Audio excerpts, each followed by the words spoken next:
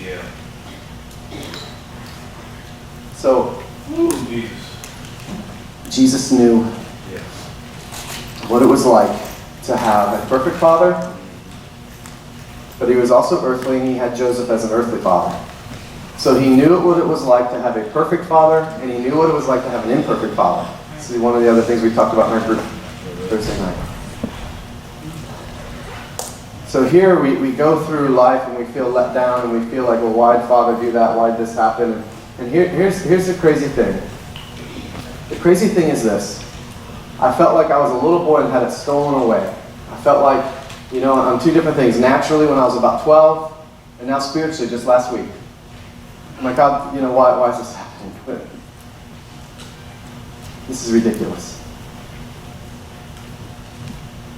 And I just wanted to feel the affection of my Father. I just wanted to feel that affection. I wanted to feel that affirmation. I wanted to feel that love of the Father. And I couldn't feel it. See, God put an inherent thing in us. He had a perfect dad, but he also had an imperfect dad. Joseph wasn't perfect. But he put the inherent thing in us to still want the affection of a father. Could you stand with me?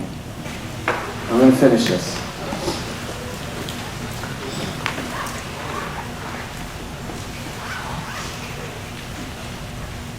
I was adding this to the book that I'm writing right now, just on Friday, based on some things just coming to me and after talking to somebody after the group on Wednesday. So he put that inherent desire in us because he wants to fulfill it. The problem is not the fact that we have that desire for affection, affirmation, and just the affirmation of a father. That's not the problem. And the problem, too, isn't that your natural parents have failed to do that. The true problem is that we go finding and looking elsewhere everything but for the Abba Father to fill those voids. That's the only problem. The problem, listen, God put that desire in you because he wants to fill it. We go looking for a spouse to fill those voids. We go looking for stuff to fill the love deficits, hobbies, materials, cars, whatever. We look for all these things to fill those voids in our life. And see, the one thing I've never been able to explain is how somebody can have their father do so horrific things to them and abuse them and all these things that should have never happened on the face of this planet. But yet they still want the affection of that father. They still want the acceptance of that father. They still want to please that father. I've never understood that until Wednesday night.